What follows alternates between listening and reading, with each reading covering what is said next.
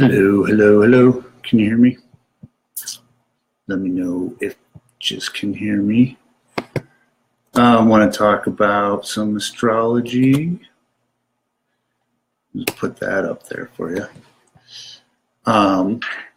Yeah, man. So I don't know about you guys, but this week has been like walking through mud. You know, like heavy. I feel like I'm carrying a backpack full of something heavy, not ammunition.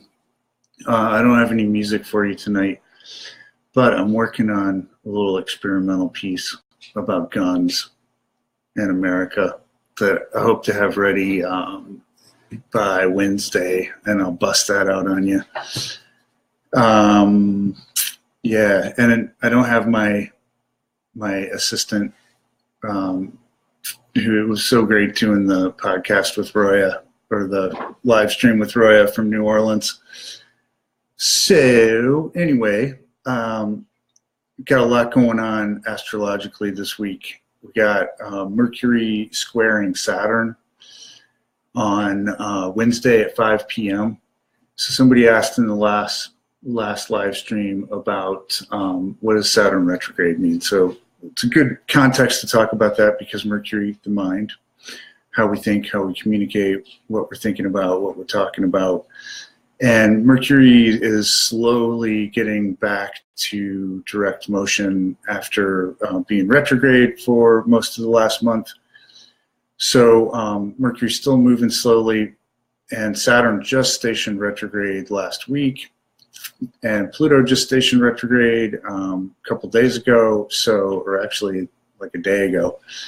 So we got a lot of retrograde planets out there, and even though Mercury is in Aries, which wants to, blast forward and impulsively think, talk, all that stuff,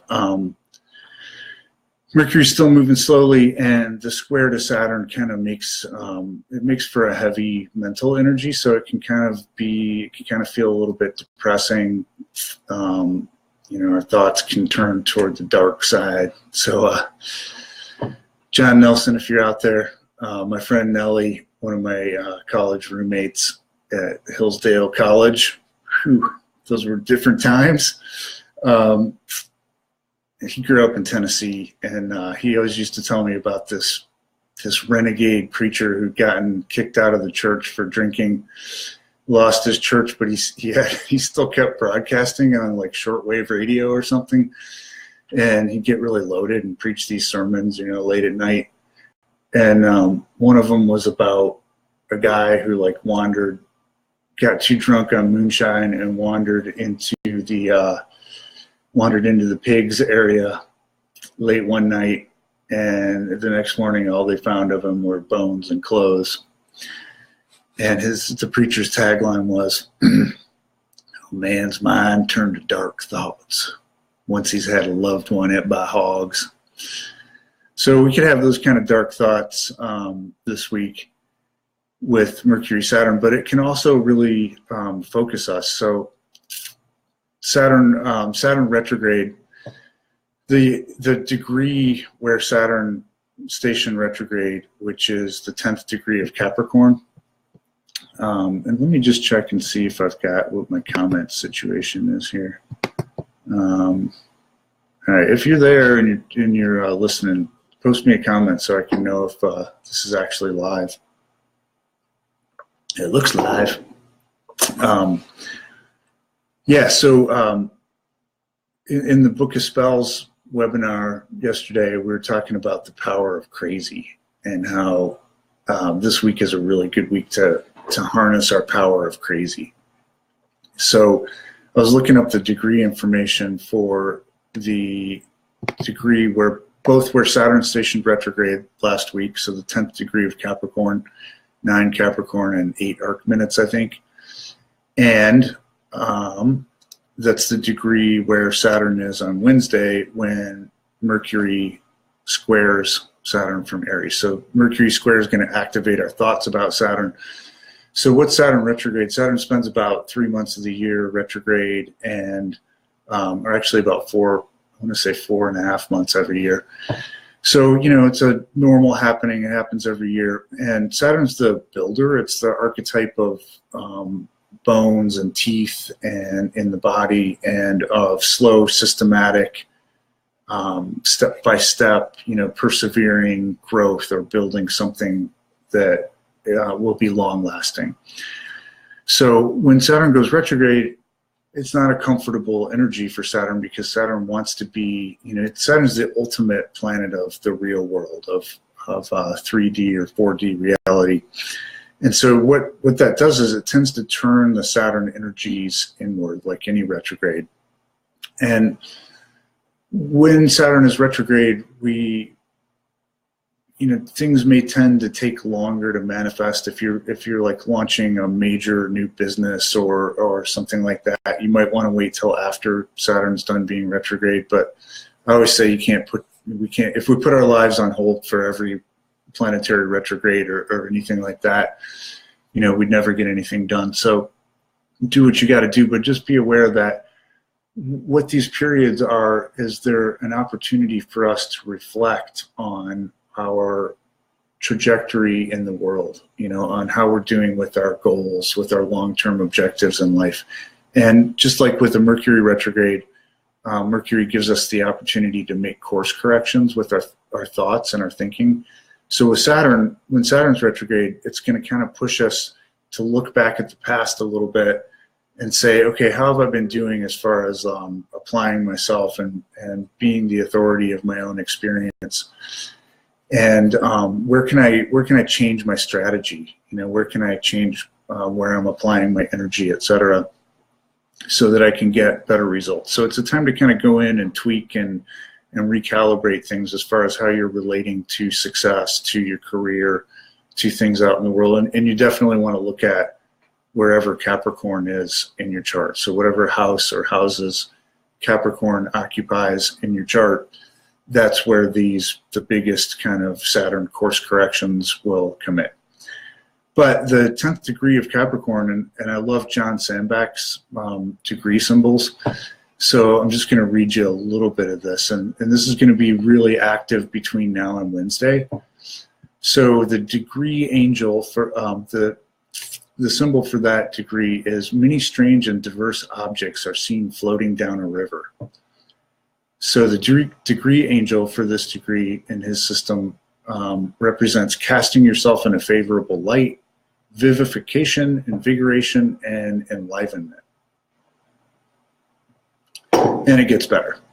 This degree has a lack of attachment to life in the world. It has the ability to move freely through life and to visit many places, both physically, actual, as well as inner emotional states that others would not allow themselves to experience due to fear of so much change. Anybody else experiencing fear of so much change? What may seem to be chaotic behavior on the part of this degree is often seen as quite meaningful on a closer look and part of a regimen of highly individualized learning. So it goes on to talk about, let's see if I can find that. It's just sort of like this energy of being able to look at everything and recognize that anything that's happening could have some potential meaning, and not getting stuck in what's happened in the past and allowing that to govern our future. So, I think it's time for us to all go a little crazy. And the etymology of the word craze actually comes from to break or to shatter. And if you think of what crazy is, and I mean crazy in a good sense, but even bad crazy, right? It's people that have shattered the limitations of their social roles, of who they're supposed to be. And we may not think of Saturn in this light, but the Saturnalia, the feast of Saturn every year, was a time when social roles were turned upside down, and the masters served dinner to the slaves or the servants, and people were just like totally crazy for a couple of weeks. So there is that side of Saturn, and it really feels like this Saturn retrograde is trying to activate that. And let's see, the other thing, big thing we got coming up in the middle of the week is we have Mars conjunct Pluto. So that happens every couple of years. And this one happens at 21 Capricorn, 17 arc minutes. And it's also sextile Jupiter. So Jupiter's another retrograde planet, Jupiter and Scorpio. But that makes a nice connection. And we'll talk about a connection with the full moon in a second. But the Mars-Pluto conjunction, you know, that's pretty intense, right? So Mars, energy, drive, like Mars is exalted in Capricorn, which means Mars will tend to be on his best behavior in Capricorn. But that Mars-Pluto conjunction is 7 a.m. Thursday, so that's also, that energy is building up through Wednesday night and into Thursday. And the degree symbol for that is sugar falling slowly through a giant hourglass. So the degree angel and sandbag system is eliminating negative thoughts, the construction of universes or worlds.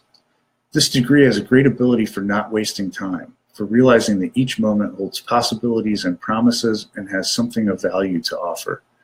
This knowledge is a power antidote against focusing too much on the promises of the future or the failures of the past. This degree knows how to delight in the present and how to savor the moment. It's acutely aware of how basic assumptions and things we take for granted can block the inflow of new energy and inspiration. And so it is always trying to create a space that is clear, a kind of landing pad for visitants. So I see a similar theme, you know, working in both of those, in the sense that we're being invited under this very heavy astrology to just kind of look at the world from a different perspective, to be a little crazy, to not, you know, I mean, the shootings and just the, if you tune into the politics at all, you know, it's easy to convince ourselves that the world is just sort of going to hell and, you know, on a roller coaster, and there's no way to avoid it. But underneath the surface, there's all this really positive stuff that's going on. And part of our job, you know, as people who are on the leading edge, who have a spiritual practice, who've spent years, you know, trying to kind of bring ourselves into optimal fitness on spiritual, emotional, physical levels for this time, you know, this is the time when we really have to feel our feelings, feel what we're feeling, but not buy into the story, right? And so good crazy to me is we see the stories, we feel whatever we feel, but then we don't jump to the conclusion that everyone else is jumping to, whether it's on the left, on the right. You know, we form our own conclusions, which is, hey, this is probably all happening for a reason. And look, oh, there's that beauty, you know, right there that I can tune into. Like, look how cool that is, you know, and there's so much really great stuff going on in the world. I wish I had the name of this, but David Byrne, the Talking Heads, former Talking Heads singer and a great solo artist in his own right, he started a website, and I think he's doing like a speaking and musical tour about this too, where he just decided, I'm going to focus on the good things that are happening in the world, because there's a lot of good stuff happening. And so he's kind of spending his time highlighting all of these amazing positive breakthroughs that are happening and people that are doing beautiful things. So I think that's a great energy for us. Yeah, it totally, I'm looking at the comments. Lisa, it totally does feel muddled. I feel like this Mercury retrograde hasn't ended. I mean, I go through periods where I'm trying to speak and it's like I can't find, no words come out. So I totally get you on that one. Yeah, let's see. If you guys have questions, hello there, Ave Marie. If you have questions, ask me, and I'll be glad to tell you what I can. So we're before I do that, I am going to. Oh, good, fairies dancing. I like that. Let me just pull up see if I can figure out how to share my screen here. Share my screen. Well, I had that, and then I guess it disappeared. If anybody knows, like, if there's something I can mouse over, tell me. I was going to show you the chart for the full moon. But there's full moon Sunday night, so that's around 9 p.m. on Sunday. And it's at 10 degrees roughly Scorpio. That full moon is interesting on a couple levels. First of all, full moon in Scorpio, watch out. But second, it makes a sextile to the same degree we've been talking about with Saturn. So this degree of, not buying into the status quo, not being held hostage to the past. And I think that full moon's going to be pretty freaking intense because it squares the nodes, and the nodes are where the eclipses happen. So we don't have any more eclipses until July, but this is really going to trigger the eclipse energy from January 31st of this year and all of these Leo-Aquarius eclipses, which again are trying to help us step into our inner divinity, inner royalty, the Leo side of that, in a way that the Aquarius side, so the nodes are in Leo-Aquarius, which is where the eclipses are for most of the last year and the next 6 months. So the Aquarius side is like, how do I be my full-on Leo, see my lion back there, my full-on Leo, Archangel Ariel, powerful warrior for the good and for Mother Earth and for all her creatures and for, fairness and balance and beauty, but in a way that is fully me and that brings my joy and my bliss into the world. And then how do I fit that into society, Aquarius, right? Without being exiled or, marginalized in some way, which is the shadow fear of Aquarius. It's like if I'm like so progressive and people don't understand me, and it's kind of sad how I wouldn't say, I don't know how many, but a fair number of older Aquarians kind of end up really marginalized because they just, after a lifetime of not feeling understood, they quit trying. And so for all of us, I feel like that's something that we're grappling with, is how can I be fully me? But then I look at society around me and it's like, whoa, they're not ready for that, right? But they need it. We know they need it.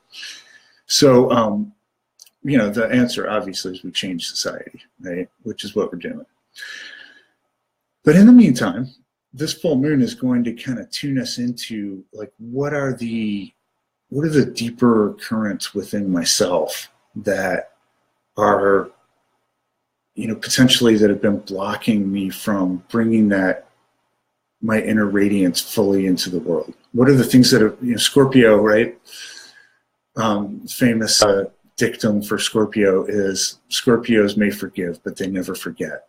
And so with the Scorpio full moon, what that full moon will try to bring out of us are the events that we may have forgiven or not, but we've tried to repress them and get over them, but they're still there. They're still stuck somewhere, right?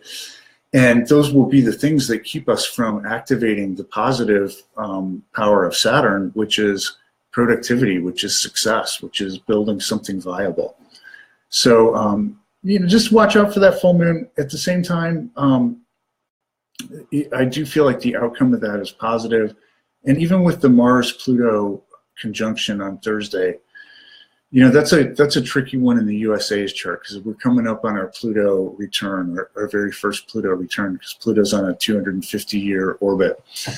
And that Pluto-Mars conjunction on Thursday is opposite the USA's Mercury. So how we think as a country, how, what we think about how we communicate, which is in Cancer, just like the USA's sun.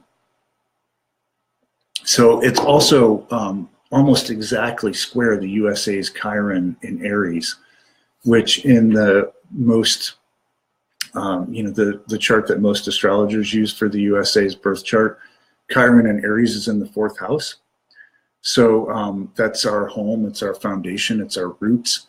And the picture in the USA's chart is that we're kind of secretly, Chiron in Aries is about, basically that happens every 50 years. There's about a 7-year period where souls are born with Chiron in the sign of Aries, and the archetypal wound that those souls carry into the world. So for those of you that missed the last Facebook Live thing I did with my daughter, The previous Chiron and Aries cycle was about 1969 to 1977. And we're just starting the next round of that, which will go for about the next 7 years.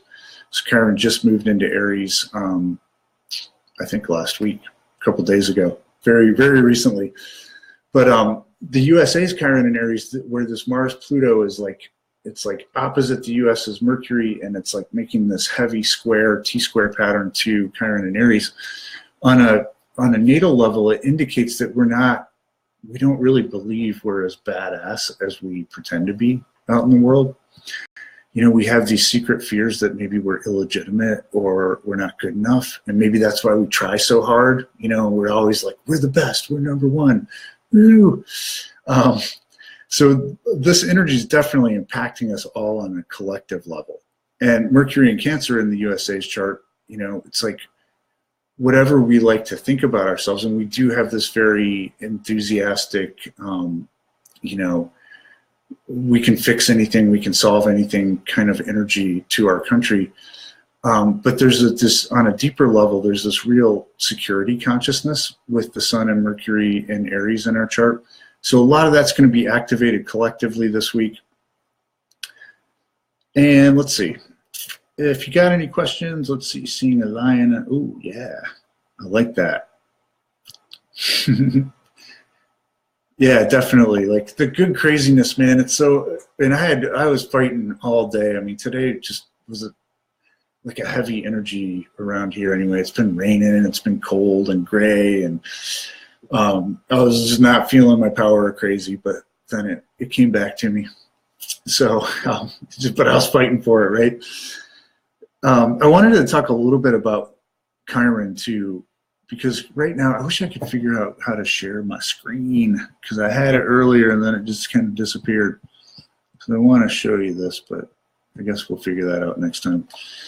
Right now Chiron's in the first degree of Aries. So if you can picture like the zodiac, the natural horoscope, Aries is, let's see, from your perspective, it's the very first degree of the zodiac. And then you got, I don't know if I'm going the right direction, but that's considered to be kind of ground zero of the world horoscope. And so anything that happens in the first degree of Aries is going to affect everybody much more than things that happen in other degrees. So I don't know if Eric Francis was the astrologer who invented this saying about the Aries point or the first degree of Aries, but he certainly popularized it, saying the Aries point is the meaning of that is the personal is political and the political is personal. So when things happen within a few degrees of the Aries point, you know, like the shootings, the most recent like shootings and the thing in Canada,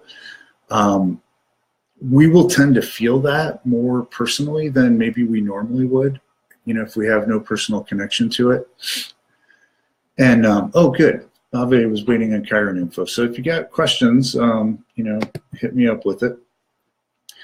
So it's a really charged moment for the next couple of months while Chiron kind of slowly creeps forward through Aries, and then it's going to retrograde back into Pisces. Even then, it's going to be in range of the Aries point. And this would be the case really going back a couple of months as well. So what it's going to do is it's going to bring whatever our woundedness is that we've been carrying through this lifetime. And Chiron, the archetype of Chiron, says we all agree to be wounded as part of the price of admission for coming into the world. It's going to bring that woundedness to the surface in response to what's happening out there, right? And I think one interesting lens to look at it, at things through while Chiron is in Aries, and especially over the next couple of months, is what does it mean to be a self? You know, what would it be like to be fully myself, to not be constricted and limited by the roles that I was given, you know, all the things that were implanted into me by my parents and by school and by the media and other people's expectations. You know, how would I actually be living if I could live from who I really am. Now that's a crazy choice, right? And that's the choice. That's the choice I keep making, you know, pretty much every day, and I feel like I'm slowly clawing my way to the surface.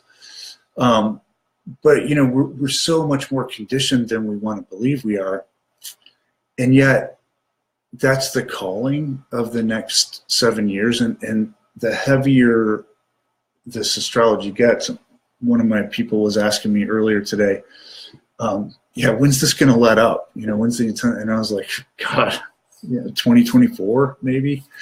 I mean, it doesn't, you know, we have periods where it lets up a little bit, but it's just this, we're in this spiral of intensity, which can be really overwhelming at times, right? But it's also happening because it's like we're in an alchemical chamber where this pressure is forcing us to go crazy. It's forcing us to break the mold.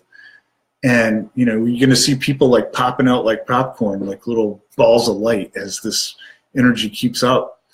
And, you know, some people aren't going to make it. They're going to be the little burnt popcorn seed at the bottom, and that is sad.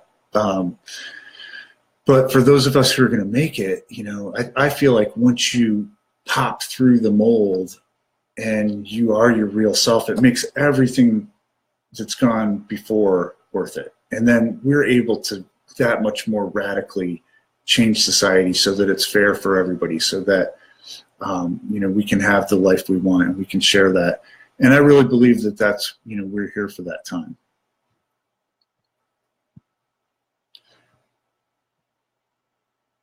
Yeah, definitely realization of ancestral pain, for sure. Although, Ave, that was a lot of that was Chiron and Pisces. So Chiron and Pisces over the last 7 years was really bringing up a lot of ancestral issues.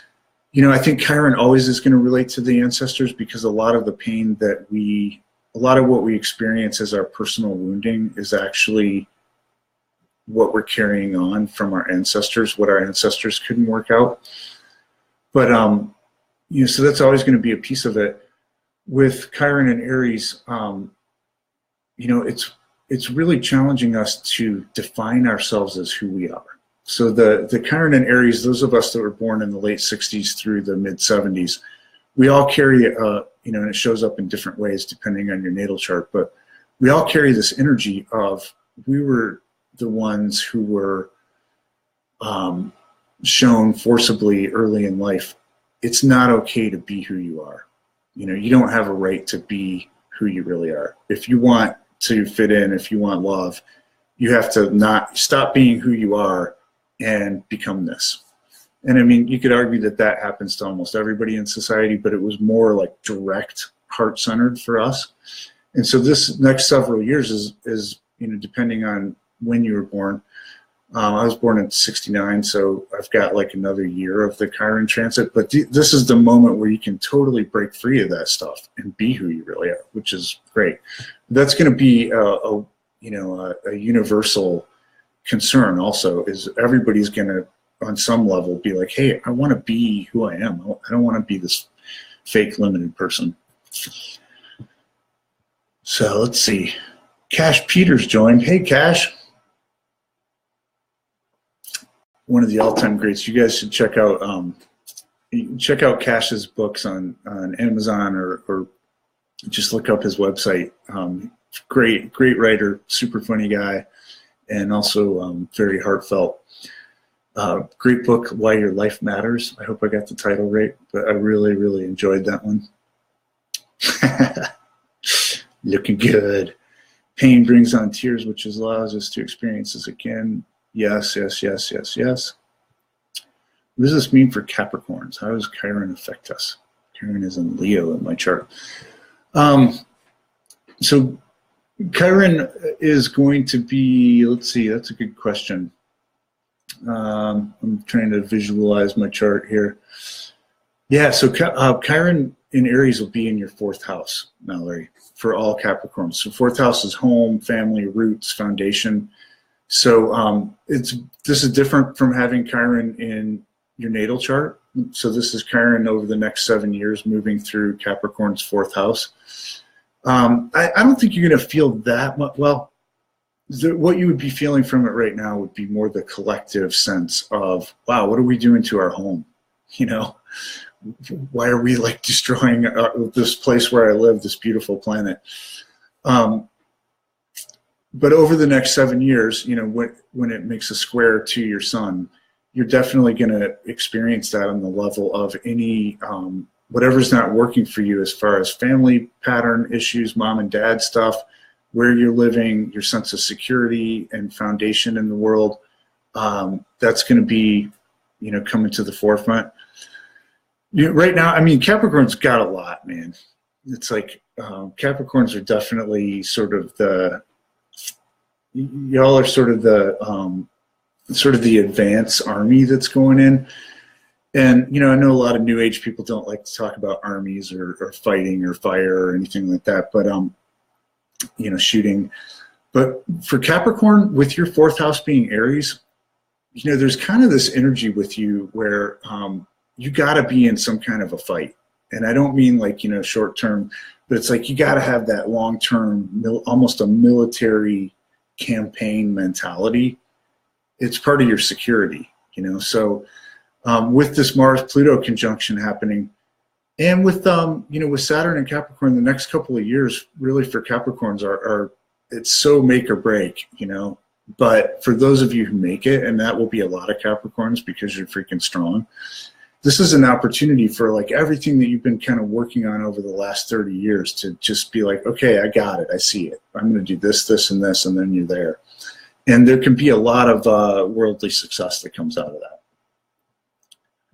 Hope that answered your question. So let's see.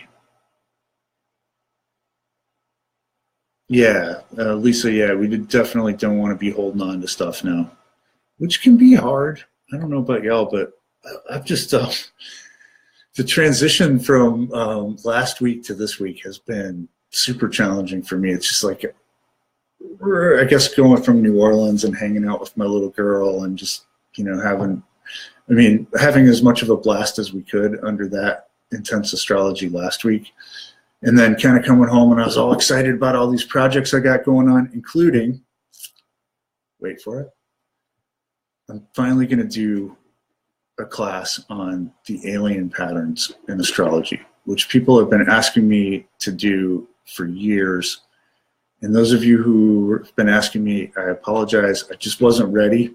Oh, it's so big. It's like, you know, it's so intense. But anybody, you know, any of you that have Saturn, Uranus, Neptune, or Pluto conjunct your sun or moon, and I'm going to post something on that later tonight, how to tell if you're an alien pattern person or not.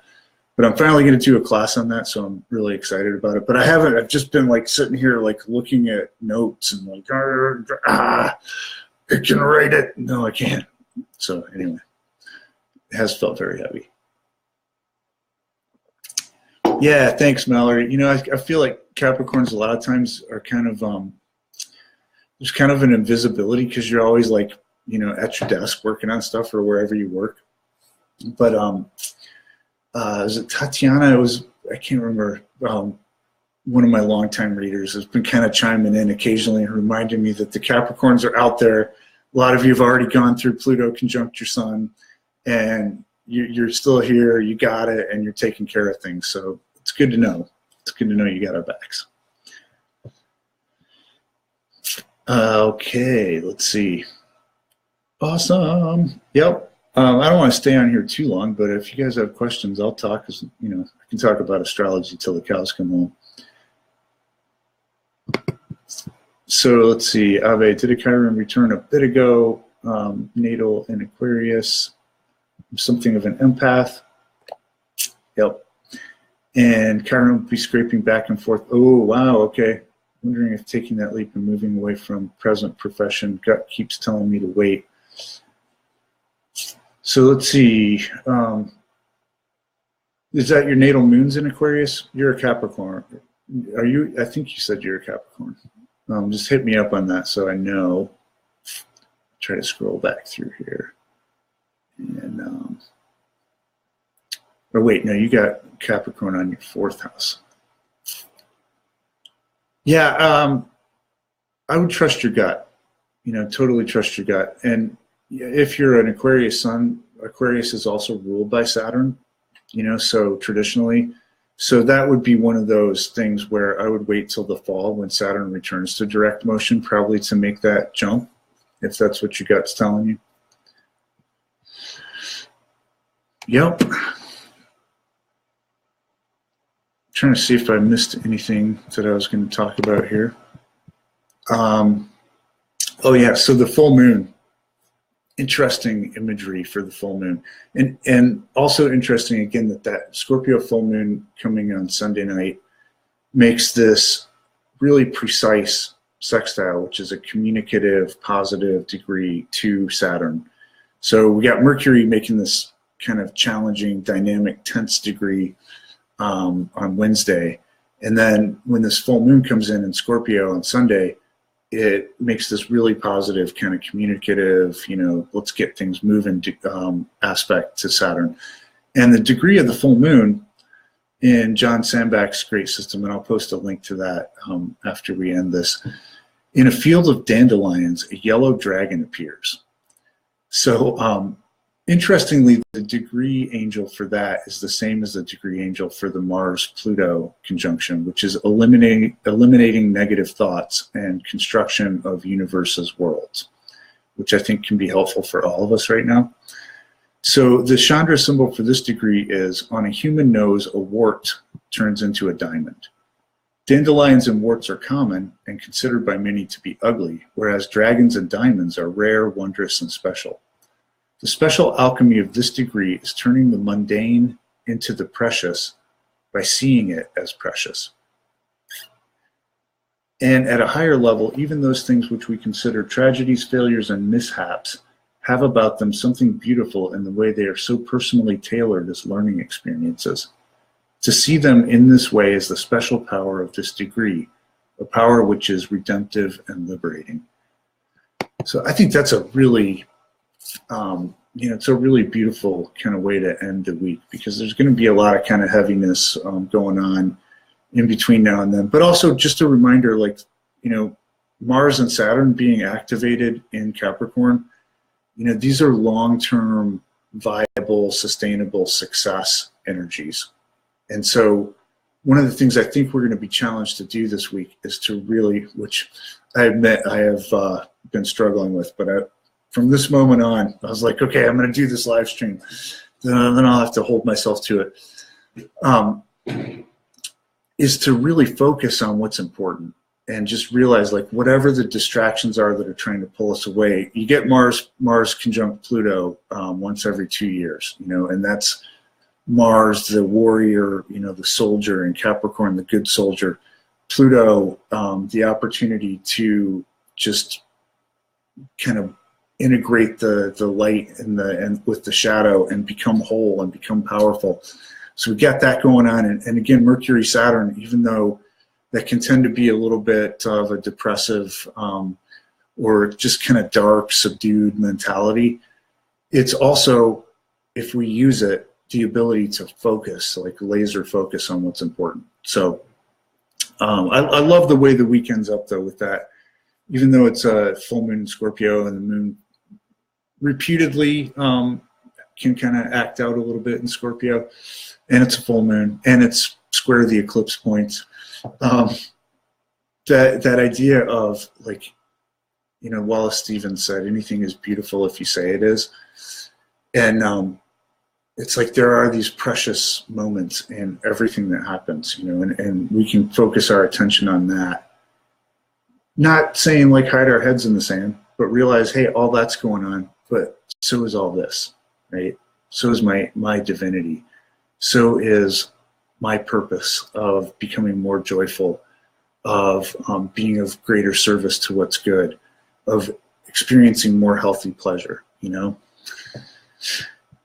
Anything helpful about my second Saturn return in Capricorn? Pluto is massaging my Jupiter as we speak. How nice of him. I don't know about a Pluto massage. That could be pretty sexy. Probably painful, but it could be very erotic. So let's see. So far, nothing has exploded, but my first Saturn. Well, okay. So, Nicole, you're just at a totally different place than you were at your first Saturn return. You know, so here's that. Let me just quote that again. So where Saturn is right now, and the degree that's being activated repeatedly this week, this degree has a lack of attachment to life in the world. It has the ability to move freely through life and to visit many places, both physically as well as inner emotional states that others would not allow themselves to experience due to fear of so much change. What may seem to be chaotic behavior on the part of this degree is often seen as quite meaningful on a closer look, and brings about highly individualized learning. So there's also something that I didn't copy down from that degree that's about, you know, not getting stuck in the past. So I would just say, and I'm not preaching at you, but, you know, recognize that you're totally in a different place. You're a different person than you were then. And this is, you know, second Saturn return is like graduating fully into your authority as a human, right? However, this degree does seem to be saying maybe it's would be good to go back into some of those painful places and kind of pull those up, but looking at them from a different point of view, looking at them from, hey, there's this chick, Nicole, you know, who when she was like 29, she was going through this and this. Whoa, you know, she's pretty strong. She's pretty tough. But yeah, you'll be good. But whatever wants to be kind of come to the surface is going to come to this. Some of it's going to pop out this week for sure.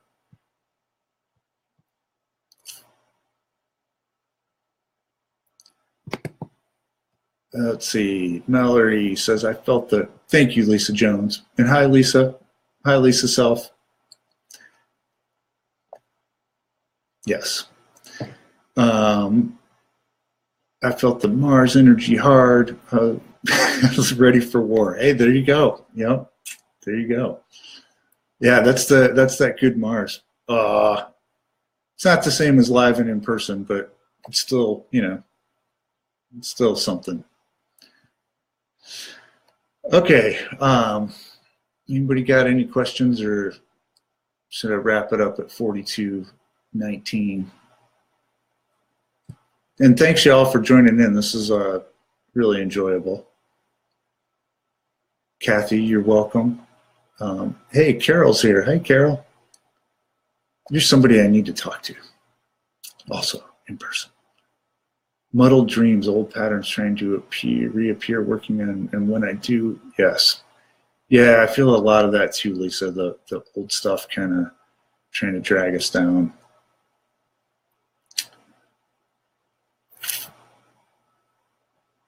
Maisha, hey. Maisha, my old neighbor in, well, she's not old. She was my neighbor in the olden times. So when I was back in New Orleans last week, I was kind of hiding out because it was just like I didn't have the energy to try to schedule clients during Mercury retrograde and the kids and all that stuff. But I ended up, it was interesting Mercury retrograde because I haven't really allowed myself to be super nostalgic, I guess, about my time in New Orleans. And partly because I go back a lot, you know, to see my daughter. But I guess it was that Mercury energy.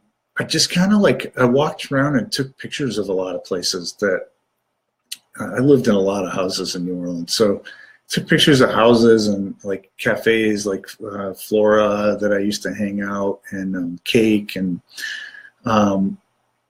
so I used to live across the street from Maisha. Oh, thanks, Maisha.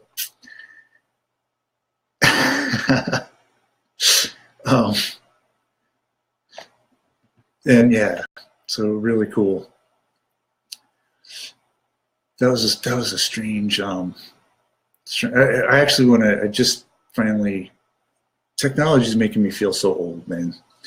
And I used to work in IT for many years, and it's like I've always been pretty tech savvy, but just trying to keep up with everything. So I finally gave in to the pressure and joined Instagram a couple days ago and did my first Instagram post. And I want to post some little reminiscences about living in New Orleans, including the magic of this house that I used to live in, that I drew a picture of and released on a record that I made. I put the picture on the cover art, and then I ended up living there again. Like, how does that happen? Chiron on my North Node, first house. How does this play out? Oh, you have North Node in Aries, Gabrielle? Cool. Linda! I'm assuming you have North Node in Aries. So yeah, it's going to definitely activate wherever the wounds are. So basically that's that personal is political kind of thing, and political is personal. Chiron on the node, first house. North Node in the first house, it's a lot like North Node in Aries. And if you have North Node, first house Aries, that's a double signature for a lot of your soul mission in this lifetime being, how do I become a self? So your past life energy, past lives would have been about being the mediator, being the diplomat, being the one who compromised. And so you come into this life really attuned to relationships and expert people helper. But what you're trying to grow into is, who am I? What do I want? What do I feel? So I feel like Chiron on your North Node is going to amplify that. And some of that may be amplified in a way that hurts. But the pain, any pain that's associated with that is trying to break you free. Trying to wow, I'm so sick of this hurting. I just gotta, God, what's it gonna take to be who I am? And then, that's the impetus for, this is who I am. Hey, Robert reminded me, I gotta reach out to our mutual friend, Catherine, who I haven't heard from in a while. Leo, Sun, Scorpio, rising, Moon in Aquarius, young 60, I like it. 60 is the new 40. Wondering if the longtime business affiliation would be severed or reinvigorated this week. Proposal has not been responded to, although welcomed. I don't know if I can answer that without looking at your chart, but I can give you an intuitive hit. But I think you're probably going to have to wait until the full moon, to see that. So, or somewhere at the end of the week, that full moon is going to bring a lot of energy kind of to the surface. And I really think maybe the question is, like, do you want it to be severed or reinvigorated? It feels like there's a little bit of ambivalence there. So as a Leo sun, are you getting what you need from it? Are you getting the applause and the plaudits and the stage time? And so as Scorpio rising, Leo sun, that's a little challenging because that Scorpio rising doesn't want to be out in public or out front. But looking at from the other partner from the other side, are you getting what you need from that? And I feel like once you can answer that question and you line up with it, that's going to bring you the answer that you want. All right, New Orleans in the house. Cool, Kathy. Yeah, let me know. But a professor at Tulane, that's awesome. You're welcome, Gabrielle. All right, y'all. I think I'm going to just sign off for this. I'm going to try to make it back on Wednesday evening with a little original improv music as well as some astrology. So I'll post that. I'm actually going to try, now that I realize I can do this, I'm going to try to post things more in advance than, hey, I'm going live in 20 minutes. But thanks, y'all, for hanging out. It was really cool. If anybody wants a reading this week, I put a link to my booked-in scheduler at the top of the comments. And I got 2 or 3 reading slots open, so let me know. And or just get on there and schedule it. And otherwise, may you go with the stars. Thanks for tuning in. I appreciate your comments, and talk to you soon.